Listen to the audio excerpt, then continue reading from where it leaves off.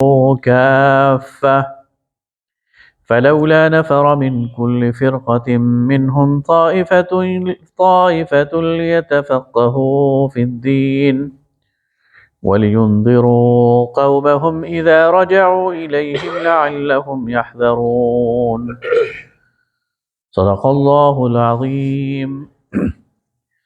اللهم صل على سيدنا ومولانا محمد وعلى آل سيدنا ومولانا محمد وبارك وسلم ثم صل عليه. قال النبي صلى الله عليه وسلم: من يرد الله به خيرا فليفقهه في الدين، أو كما قال عليه الصلاة والسلام. انتہائی محترم بزرگوں، بھائیوں، دوستوں، انتہائی قابل احترام خواتین،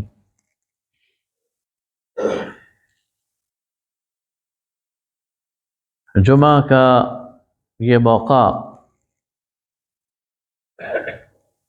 تعلیم اور تربیت کا موقع بھی ہوتا ہے اور علم کے نشر اور پہنچانے کا موقع بھی ہے۔ آج میں آپ کے سامنے ایک عمومی سی بات کروں گا دین، شریعت اور فقہ کے حوالے سے۔ اس کی ضرورت کیوں پیش آئی؟ اس کی ضرورت اس لیے پیش آتی ہے کہ بعض اوقات ہم چھوٹے چھوٹے فقہی مسائل ان میں الجھ جاتے ہیں، کسی ایک رائے پر حد سے زیادہ اصرار کرتے ہیں، یہاں تک کہ اسے کفر اور اسلام کا مسئلہ بنا لے۔ اور آج کل سوشل میڈیا ہے، بہت سارے علماء، بہت سارے مفتیان، بہت سارے واعظین وہ مورچہ لگا کے بیٹھ جاتے ہیں اور عام عوام کو کنفیوز بھی کرتے ہیں۔ بہت سارے ایسے مشہور مسائل ہیں، مثلا رفع یدین کا مسئلہ کہ نماز میں ہاتھ اٹھانے چاہیے یا نہیں، اور اٹھانے چاہیے تو کس حد تک اٹھانے چاہیے، اور ہاتھ باندھنے چاہیے تو کہاں باندھنے چاہیے، ناف پہ باندھنے چاہیے، ناف سے نیچے باندھنے چاہیے یا سینے پہ باندھنے چاہیے، یا جرابوں پہ مسح کرنا چاہیے یا نہیں کرنا چاہیے، سفر میں نمازوں کی قصر کے لیے میقات کیا ہوگی اور کتنی مسافت پر، اور نمازوں کو جمع کرنا چاہیے یا نہیں۔ تو یہ وہ بہت سارے مسائل ہیں جس پر ایک بحث شروع ہو جاتی۔ تو آج ہم ذرا اس کو سمجھیں کہ فقہ کیا ہے، شریعت کیا ہے، دین کیا ہے۔ دیکھیے، دین تو اللہ تعالیٰ نے ایک ہی بھیجا ہے، ان الدین عند اللہ الاسلام، اللہ کے ہاں پسندیدہ دین اسلام ہے۔ اور اللہ تعالیٰ نے جو پہلے انسان بھیجے حضرت آدم علیہ السلام، ان سے لے کر آج تک تمام انبیاء کا دین اسلام رہا۔ حضرت نوح علیہ السلام کا دین اسلام تھا، حضرت ابراہیم علیہ السلام خود قرآن ہمیں بتاتا ہے کہ ان کا دین اسلام تھا۔ یہ جن کو ہم یہود کہتے ہیں، ان کا اصل دین اسلام تھا۔ جن کو ہم نصارہ کہتے ہیں، حضرت عیسیٰ ابن مریم کا اتباع کرنے والے، ان کا اصل دین اسلام تھا۔ اور ہمارا دین ظاہر ہے کہ اسلام ہے۔ تو دین تو اللہ کے ہاں ایک ہی ہے، ایک ہی پسندیدہ دین ہے، تمام انبیاء کا ایک ہی دین رہا ہے اور وہ اسلام۔ البتہ اس دین کے تحت شریعتیں، شرائع یہ مختلف رہے۔ سابقہ انبیاء کی شریعتیں مختلف تھیں، اس دین پر عمل کرنے کے طریقے اپنے اپنے دور میں ہر نبی کے اپنے وقت اور حالات کے لحاظ سے تھے۔ لہذا آدم علیہ السلام کو جو شریعت دی گئی وہ آج کی شریعت سے مختلف تھی، نوح علیہ السلام کو شریعت دی گئی وہ مختلف تھی، اس میں حلال حرام، اس میں نماز پڑھنے کا طریقہ، اس میں زکوٰۃ کا طریقہ وہ مختلف تھا۔ بنی اسرائیل کو جو شریعت دی گئی وہ مختلف تھی، اور نبینا محمد صلی اللہ علیہ وسلم کو جو آخری شریعت دی گئی وہ مختلف ہے، اس لیے کہ زمانے کے لحاظ سے، حالات کے لحاظ سے بہت سارے احکامات تبدیل ہوئے۔ تو ہر پیغمبر کی اپنی شریعت تھی،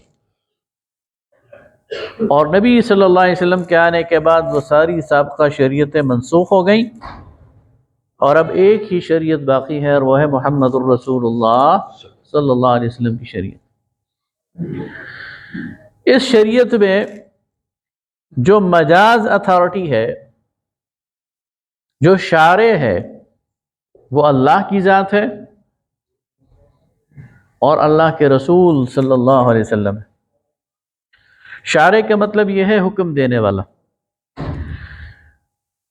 تو شریعت محمدی میں جب ہم کوئی حکم تلاش کریں گے تو دیکھیں گے کہ اللہ نے قرآن میں یہ حکم دیا ہے یا محمد الرسول اللہ صلی اللہ علیہ وسلم کی سنت اور حدیث میں ہمیں حکم ملا ہے۔ یہی دو چیزیں ہیں۔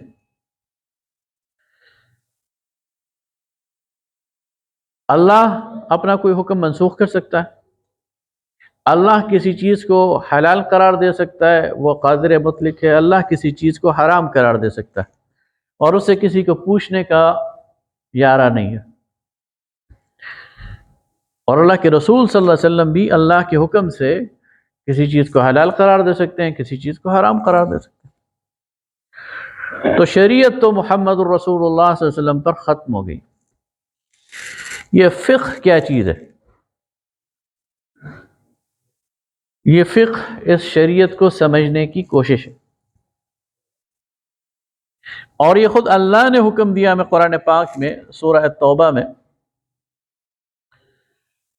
کہ وَمَا كَانَ الْمُؤْمِنُونَ لِيَنْفِرُوا كَافَّةً، تمام مسلمانوں کے لیے تو یہ ممکن نہیں کہ وہ دین کا علم حاصل کرنے کے لیے گھروں سے نکلیں۔ فَلَوْلَا نَفَرَ مِنْ كُلِّ فِرْقَةٍ مِّنْهُمْ طَائِفَةٌ لِيَتَفَقَّهُوا فِي الدِّينِ، لیکن کیوں نہ ایسا ہو کہ ہر گروہ میں سے، ہر جماعت میں سے، ہر علاقے میں سے کچھ لوگ ایسے نکلے ہیں گھروں سے جو دین کی سمجھ حاصل کریں۔ تفقہ فی الدین، دین کی سمجھ۔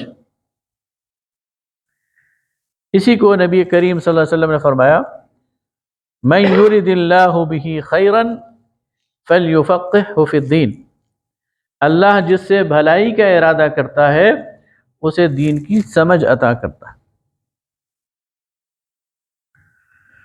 تو دین کی یہ جو سمجھ ہے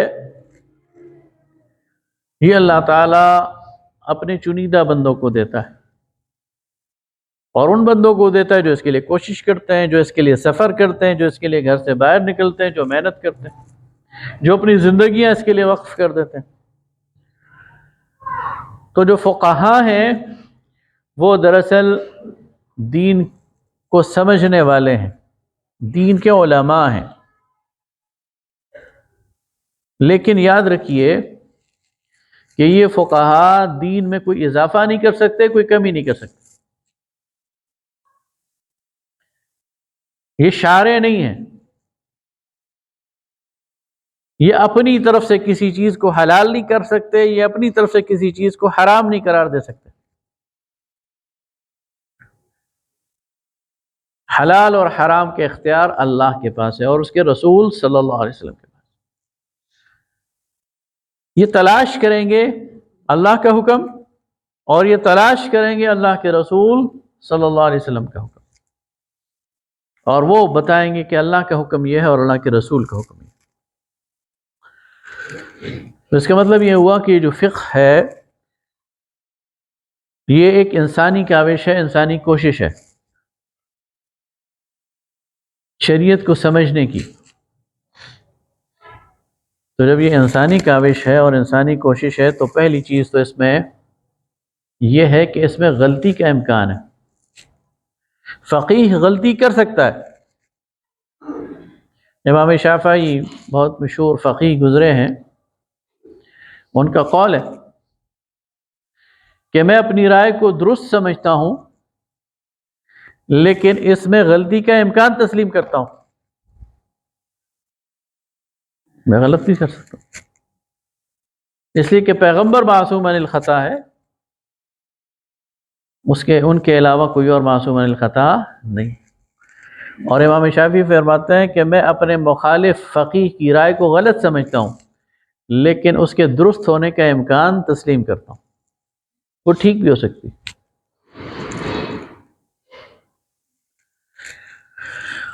دوسری بات یہ کہ جو فقہ کا سارا کام ہے یہ فقیہ کے دور تک ہے، یعنی کوئی بھی شخص ایسا نہیں ہے جو عالم الغیب ہو، مستقبل کا علم رکھنے والا ہو، تو یہ امکان ہے کہ ایک اجتہاد آج کے دور میں تو ٹھیک ہو لیکن آج سے 100 سال بعد وہ ٹھیک نہ ہو، وہ پھر اس دور کے لوگ دیکھیں گے کہ اس کا کیا حل ہے۔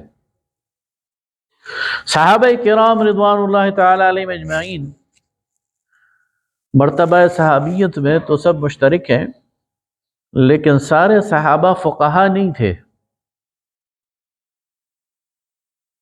اگر ہم صحابہ رضوان اللہ تعالی علیہم اجمعین کی تاریخ پر نظر دوڑائیں تو فقہا صحابہ میں ہمیں سب سے بڑھ کر خلفائے راشدین نظر آتے ہیں،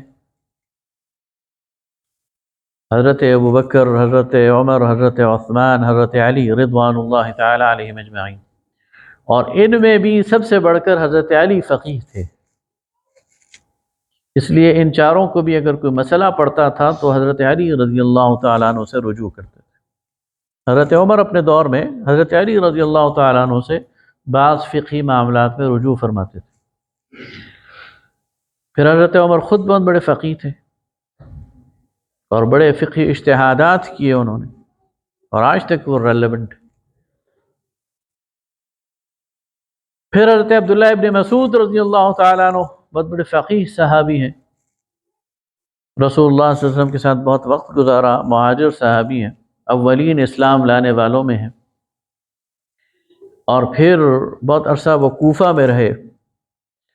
اور یہ جو فقہ حنفی ہے اس میں ایک بہت بڑا کنٹریبیوشن ایک لحاظ سے حضرت عبداللہ ابن مسعود رضی اللہ تعالیٰ عنہ کا۔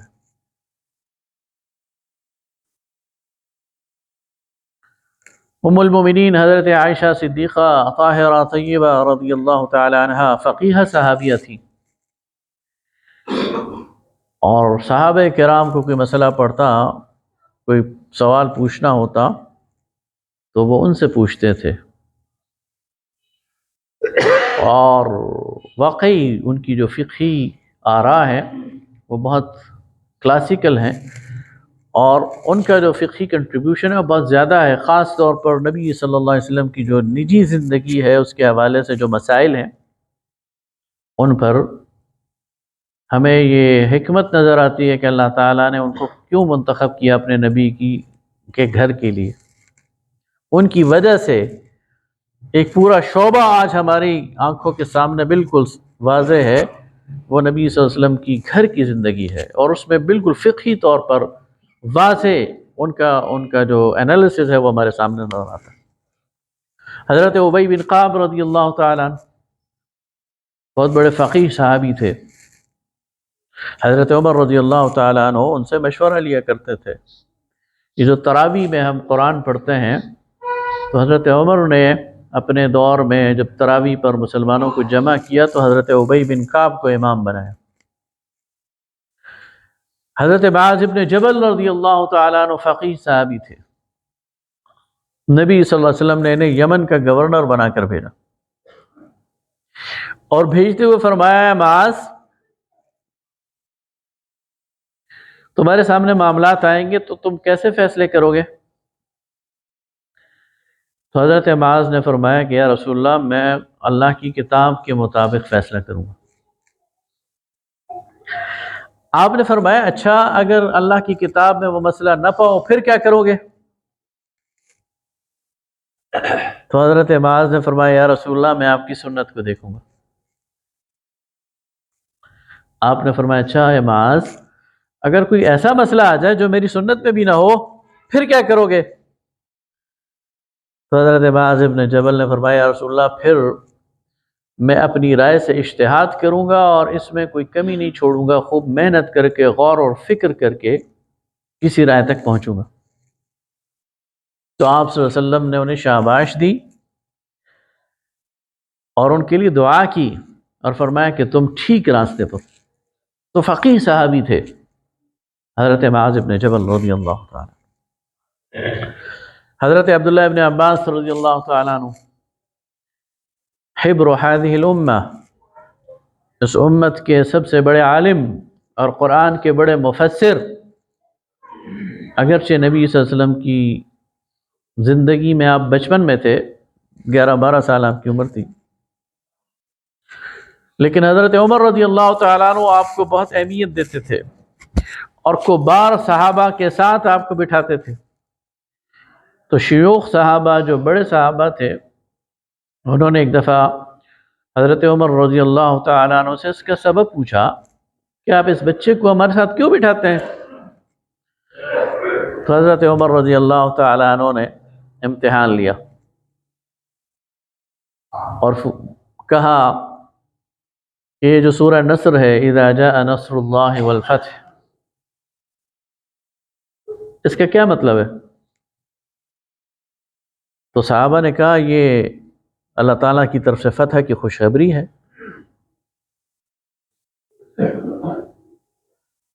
حضرت عمر رضی اللہ تعالیٰ عنہ نے حضرت ابن عباس سے کہا تمہارا کیا خیال؟ انہوں نے کہا یہ رسول اللہ صلی اللہ علیہ وسلم کے مشن کی تکمیل کا اشارہ ہے۔ اللہ تعالیٰ اپنے نبی کو کہہ رہا ہے کہ تمہارا کام مکمل ہو گیا، اب تم نے میری طرف واپس آنا ہے۔ تو حضرت عمر نے صحابہ کو متوجہ کیا اور کہا دیکھا میں کہتا نہیں تھا کہ اللہ تعالیٰ نے ان کو قرآن کا وہ علم دیا ہے اور وہ تفقہ دیا ہے جو کم لوگوں کے پاس ہوتا۔ پھر اگلے درجے میں تابعین، ان میں بھی فقہا گزرے ہیں اور وہ پھر مختلف شہروں میں تھے، فقہائے مدینہ، فقہائے مکہ، فقہائے کوفہ، اور پھر ہمارے سامنے یہ مشہور فقہا ان کے نام آتے ہیں امام ابو حنیفہ رحمہ اللہ، 83 ہجری کے لگ بھگ ان کی پیدائش ہوئی ہے۔ یہ دور صحابہ ہے، لیکن صحابہ بالکل آخری دور میں تھے، اور حضرت انس بن مالک رضی اللہ تعالیٰ عنہ جو صحابی رسول ہیں، امام ابو حنیفہ کے متعلق آتا ہے کہ حضرت امام ابو حنیفہ نے انہیں دیکھا ہے، رؤیت ثابت ہے، ان کا دیکھنا، روایت ثابت نہیں۔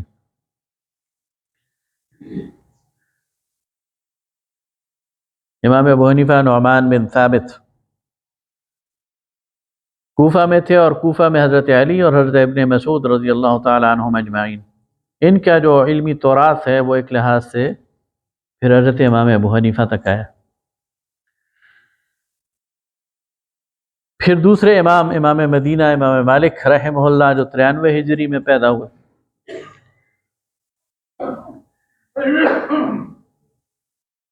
ان کی کتاب موطا امام مالک جس میں سب سے زیادہ ثلاثی روایات ہیں، یعنی امام مالک اپنے استاد نافع سے سنتے ہیں اور نافع حضرت عبداللہ ابن عمر سے سنتے ہیں اور حضرت عبداللہ ابن عمر رسول اللہ سے سنتے ہیں۔ تو یہ کم سے کم چین ہے، اسے سلسلۃ الذہب کہتے ہیں، سونے کی کڑی، سونے کی چین۔ امام مالک اور رسول اللہ صلی اللہ علیہ وسلم کے درمیان 2 واسطے ہیں، امام مالک کے استاد، ان کے استاد اور رسول اللہ صلی اللہ علیہ وسلم۔ تو موطا امام مالک میں ثلاثی روایات کی اکثریت ہے، بہت بڑے محدث اور متبع سنت اور رسول اللہ صلی اللہ علیہ وسلم کی سنت سے شدید محبت کرنے والے اور فقیہ، ان کے شاگرد ہیں امام شافعی رحمہ اللہ،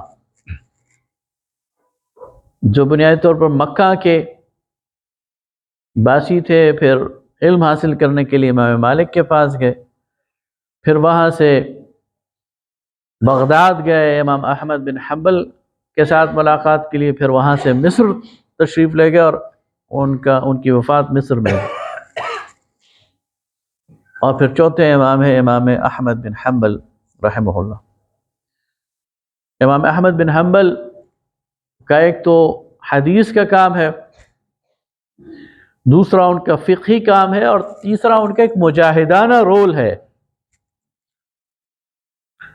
معتزلہ کا فتنہ پیدا ہو گیا، فرقہ پیدا ہو گیا عباسی خلفاء میں، اور انہوں نے اس کا مقابلہ کیا اور اس کے لیے جیل برداشت کی، کوڑے برداشت کیے، مار پیٹ برداشت کی، لیکن حق پر قائم رہے اور حق کو آگے منتقل کیا۔ بہت عظیم الشان کردار ہے ان تمام ائمہ کا۔ امام ابو حنیفہ رحمہ اللہ کی وفات جیل میں ہوئی ہے، ان کا جنازہ جیل سے نکلا۔ امام مالک رحمہ اللہ منصور عباسی خلیفہ نے ان کے کندھے اکھڑوا دیے تھے ایک فتوے پر، لیکن ثابت قدمی کے ساتھ انہوں نے دین کی خدمت کی، دین کے لیے اپنی زندگیاں وقف کی، اس کے علاوہ کچھ اور کام نہیں کیا، اور اس کے نتیجے میں آج ہمارے سامنے یہ ساری فقہی تراث موجود ہے۔ بہت بڑا کنٹریبیوشن ہے دین کے حوالے سے، دین کی حفاظت کے حوالے سے، لیکن افسوس یہ ہے کہ ہماری نوجوان نسل کو شاید اس کا علم ہی نہیں ہے، ہمیں معلوم ہی نہیں ہے کہ آج جو دین ہم تک ملا ہے کتنی مشکلوں سے ہم تک پہنچا ہے، اور کتنا تفسیر کے ساتھ اور کتنی وضاحت کے ساتھ اور کتنی تبیین کے ساتھ ہم تک پہنچا ہے۔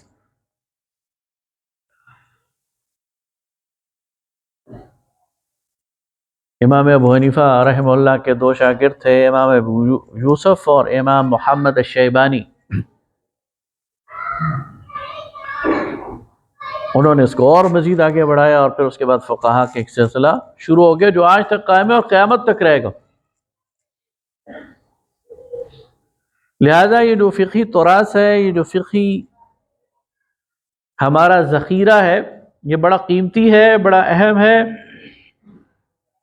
اور اس کے ساتھ ہمیں پورا لگاؤ ہونا چاہیے اور اس کو آگے بڑھانا چاہیے، لیکن یہ کنٹینیوس پروسیس ہے، یہ کوئی جامد جوہر نہیں ہے، کوئی ڈنڈ جسے ہم پشتو میں کہتے ہیں وہ نہیں ہے، بلکہ یہ ایک دریا ہے جو مسلسل بہہ رہا ہے، اور جس کے نتیجے میں نئے نئے مسائل، ظاہر آج کے دور کے آج کے مسائل، آج کی جو بینکنگ سسٹم ہے، آج کے جو سود کے مسائل ہیں، آج کے جو گورننس کے مسائل ہیں، آج کے جو میڈیسن کے مسائل ہیں، آج کی جو طب اور جراحت کے مسائل ہیں، اس پر آج کے فقہا بات کریں گے اور وہ سوچیں گے اور وہ اس کے لیے راستے نکالیں گے۔ سٹینڈرڈ وہی ہے، قرآن اور سنت، قرآن اور سنت کی روشنی میں ان تمام مسائل پر بحث کی جائے گی، سابقہ فقہا کی آراء کو بھی دیکھا جائے گا، نئی آراء بھی پیش کی جائیں گی۔ لہذا ان میں سے کسی رائے پر تعصب، ان میں سے کسی ایک رائے پر جم جانا اور دوسرے کو غلط کہنا، یہ فقہا کی شان نہیں تھی۔ امام شافعی رحمہ اللہ وہ ایک دفعہ کوفہ گئے تو حضرت امام ابو حنیفہ کے مزار کے ساتھ جو مسجد ہے انہوں نے وہاں نماز پڑھی، لوگوں نے انہیں پہچان لیا، انہیں آگے کر دیا، مصلی پہ کھڑا کر دیا کہ آپ نماز پڑھائیں، تو انہوں نے امام ابو حنیفہ کے طریقے پہ نماز پڑھی۔ لوگوں نے پوچھا حضرت آپ تو رفع یدین کرتے ہیں، آپ تو اور بہت ساری چیزوں میں امام ابو حنیفہ سے اختلاف کرتے ہیں. آج آپ نے حنفی طریقے سے نماز پڑھائی ہے تو فرمائے جو صاحب قبر ہے اس کے احترام میں نے آج اس کے طریقے پہ نماز، اس کا مطلب جائز ہے، ٹھیک ہے، ورنہ نماز کوئی غلط پڑھ سکتا ہے؟ ایک ایک نماز بڑی اہم ہے. ان کا طریقہ بھی جائز ہے، میرا طریقہ بھی جائز ہے، یہ بھی سنت سے ثابت ہے، میرا بھی سنت سے ثابت ہے. یعنی جو فقہا کے درمیان اختلاف ہے وہ اولا کا اختلاف ہے کہ کون سا طریقہ زیادہ بہتر ہے. فقی دوسرے طریقے کو غلط نہیں کہتا، بس یہ کہتا ہے کہ میرا طریقہ حدیث میں چونکہ اس طرح آیا ہے یہ زیادہ بہتر ہے میرے خیال میں، اور یہ طریقہ یہ زیادہ بہتر نہیں. تو فرق اولا کا ہے، بہتر اور کم بہتر. اور یہ فقہا کی شان تھی، اور یہ بالکل اس پچھلی صدی تک یہ شان برقرار رہی ہے. مولانا احمد علی لاہوری رحمہ اللہ مشہور دیوبندی عالم اور صوفی بزرگ رہے ہیں. وہ اپنے شاگردوں کے ساتھ ایک اہل حدیث عالم کی دعوت پر ان کی مسجد میں گئے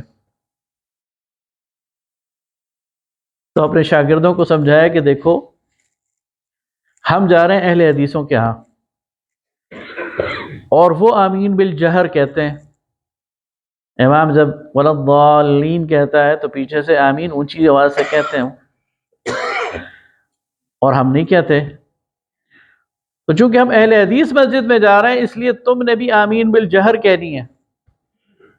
اپنے شاگردوں کو کہا کہ تم نے آمین بالجہر کہنی. اچھا، جن کے ہاں مہمان آ رہے تھے انہوں نے اپنے شاگردوں کو سمجھایا کہ دیکھو احمد علی لاہوری بڑا نام ہے اور بڑے صوفی بزرگ ہیں، تو آج ایسا کرنا کہ جب میں فاتحہ ختم کروں تم آمین بالجہر نہ کہنا ان کے احترام میں. تو ہوا کیا؟ ہوا یہ کہ یہ جو لوگ گئے تھے اور آمین بالجہر نہیں مانتے تھے انہوں نے آمین بالجہر کہی، اور وہ جو آمین بالجہر کہتے تھے انہوں نے نہیں کہی. یہ تھا باہمی احترام. آج اس پر مورچے لگائے ہوئے ہیں. تو یہ جو فقہی تراث ہے یہ اہم ذخیرہ ہے، اس کو جنگ اور جدل کا ذریعہ نہیں بنانا چاہیے. وآخر دعوانا ان الحمد للہ رب العالمین.